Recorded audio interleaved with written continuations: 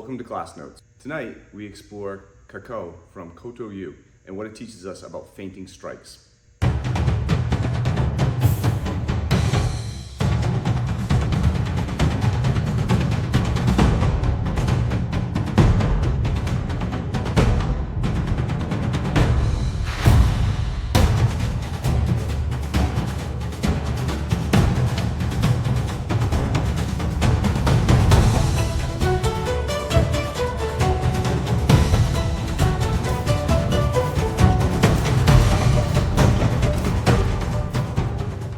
I'm Mark White, owner of Discovery Martial Arts.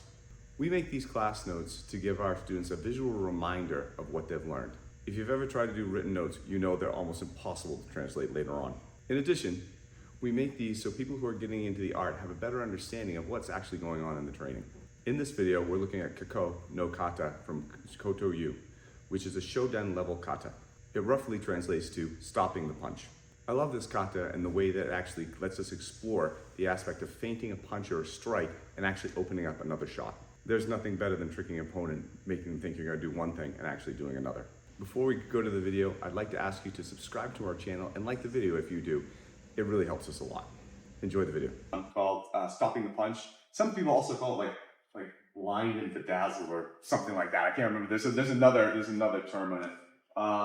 And just for clarification, we are looking this in a specific way to look at this feint, to really kind of throw this feint in there to really get a move. So that's why I'm really harping on the angling and stuff like that. For just the aficionados out there, you will see other options where this is coming in and you're backing up, throwing in this, and then kicking. All right, there is other options you'll see out there, but we modified this a little bit because what I was taught is like there's more to this than that. Because if you think about even just this classical one, where this is coming in, I'm backing up, you can't tell me that Mr. Pratt isn't going to do something before this comes in there. He's not going to wait for that. And so I'd have to be a Speedy Gonzalez to get all the way from here to here. He's going to do something, and when he does something, great, that's when the kick comes in. So that face in there. You will see people practice just stab him in the throat and kick him down. That's very, very base level. Okay, so we're looking more at this angling to really set up this shot right down the middle that, man, you don't have. Like, you realize you can't defend it, you can't reach them, that's coming at you. And so what I've seen so far is, I'll borrow you one more time.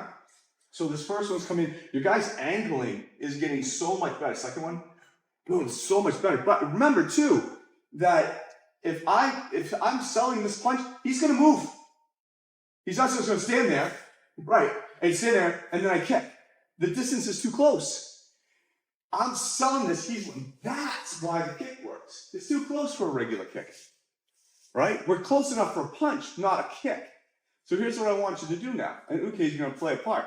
You're gonna see if you were convinced or not convinced. Part of this is selling the punch, but also part of it is believing the lie yourself. Okay? So if Mr. Pratt does not move on this, he doesn't move, boom, he's getting hit. If he moves, he's getting kicked. Okay? And that's the decision. Part of it is a setting up, but the other part of it is also like, well, what if he moves halfway through the punch? Well, then I'm able to kick. So part of it is flying by the seat of your pants, and part of it's also setting them up. And there's a really, really fine line between the two, all right? And that line is determined by, does he move? So if the uke doesn't move, you punch him in the face. If the uke doesn't move, if the uke moves, you kick him in the leg. And you don't know what's going to happen. Because the uke is going to just stand there and take it, and then say, I wasn't sold until you punched me. Or like, oh my God, I was sold, even as that arm came up, and then you kick him. Does that make sense? So you have a little decision-making going on because that move for that reaction to them actually opens up the kick. If not, it's just way too close. You wouldn't kick somebody who's in punching range. You know, normally. Does that make sense? All right, so Ukes, you are going to decide, you're going to take it on the chin, or if you're really, whoa, you're going to get out of there, or you're like, no, I'm going to hold in there. And you're like, oh, okay, I'm punching you. You're not going to be like, oh shit, I got to punch you. You're coming through with that punch the whole time. That is the goal. Until they move, and now the goal's changed. Okay? Don't think about number 2 until number 1 fails. Got it? Go ahead. Mate, let me mention this to the group. I mentioned this. So The first punch comes in, boom, second punch comes in, boom, here. If I just do this, he's not going to see it. It's not enough to see, right? It's too quick, it's too fast, it's too small. But if I turn my shoulders and get my body into this, well, great, he's going to see that. Visually, that's going to be, oh shit, that's something's happening. Great, and then we kick. Okay, I'm seeing a lot of people, they're getting here because they know they're going to throw a feint, you know, and so they're going like this. Person's not moving and they still have it connected. Sell that hit. If he doesn't move, fine. Boom, come through. Whoa, okay. All right? You're going for that punch. You're not just going for a punch. You're going for a knockout. You're trying to drive it. Oh, shit, you moved. Thanks. Oh, you didn't move. Great. Okay? Really get into it, you know, and give them something bigger to visualize. Just that isn't enough.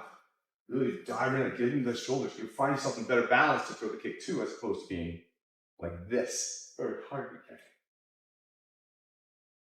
Okay, nice. We're getting there. Let's flip it now.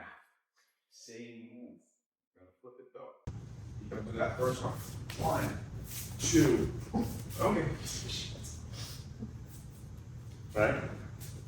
Now we can do it, let's actually make it a little tougher. First one comes in. Second one.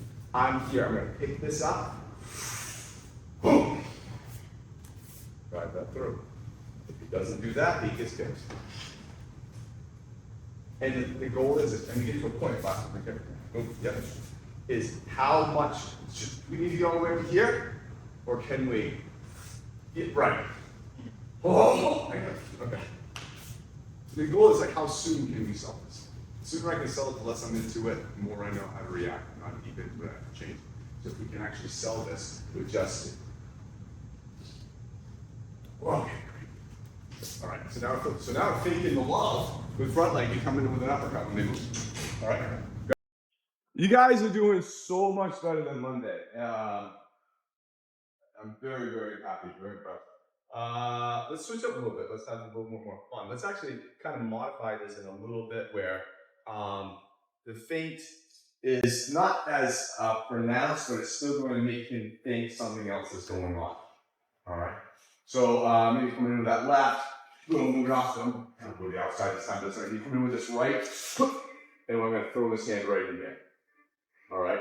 So now if he reacts to this hand, great. Fine. We'll throw him down. If he doesn't react to the hand, left, right this time, yeah? If he doesn't react, again, I'll right to his face. All right. Again, I'm determined to go to his face until he tells me no. Until he tells me different. So again, just slow this time, you're going to react. Yeah. We'll stay multiple way underneath. If he doesn't react, yeah. Sit down that way. Okay. So I'm putting this right in his face. He sees it, and it's actually coming right down the middle. He's either going to react or not. If he doesn't react, great. Fucking right to the face. If he does react, he will back up. Great. Just a little bit of leg and breathing down. All right. So we're in that high low with that fade again. Got it. Now we're just looking at a little more kind of close up version. All right. Okay, you guys are all doing actually really too well. All of you are, not just you. Paul's doing better. All right, so I got Aaron here. What I'm seeing is you guys are getting really sneaky, which is great. You're coming in here, one, as that second one comes in, this is coming right up. He doesn't have time to even adjust for it because it's right on his face. Great move. Fine. You know, he reacts to it. I'm looking at it more in the vein of kind of what we've been doing, where this is, the first one's coming in. That second one's, I'm going to get you. You know, and I'm coming at him. And he reacts fine. You know? If he doesn't react fine, again, just like that punch, just like he's on that punch. I want to, first one comes in, I want to sell. Oh, great. And then we go from there. I'm selling this from it. So basically, it's almost the same thing. We're just doing it from a little close to a little different thing. I'm trying to sell this. It doesn't work great. You guys are doing such a nice, sneaky move where you're coming up and they can't even see it. You're taking it down. Beautiful work. Not tonight, Simon. All right, go ahead. Let me just adjust the angle here real quick. Remember in the first one where we had that angle that helped sell the shot, helped sell the punch, because they knew they kind of couldn't get you. You're right down the middle, and so that feint works really good as you pick up that arm because they kind of know that they're thinking Aaron comes at me, and the first one I come in here, boom, and that second one I kind of come in here. Aaron knows he can hit me from here. That hand, he knows he can hit me. He knows this is just a race. He doesn't, I would say, doesn't feel great, but doesn't feel vulnerable, right? Not vulnerable like this vulnerable. Right? I want him to feel vulnerable to help sell that. So that first one comes in here. As that second one comes in, I'm moving him out to here. So he knows that, okay, this is something, this is closer. I can't quite reach him with that hand. This thing's gonna hit, I need to do something. Okay? So pulling him out with that angle kind of gets this other hand, that other hand out of play. Right? Because he knows like, I can't reach him. I can't quite get him with that. This thing I have to be concerned about moving. Great, boom. Okay? I see a lot of people coming inside, and it's not giving the same effect because you're trying to get close to the face. Remember, I'm trying to sell this one, two. I'm trying to sell this thing. You know? Great. Okay, does it make sense? So that outward angle, you take his arm out like this, so you're coming like this, you can't get it. He knows that's a problem. That's a substitute for being careful. It's not on its own. Make sense? Okay. Hope you enjoyed the video. Check out our other videos to get a better idea what ninjutsu is all about. See you on the mat.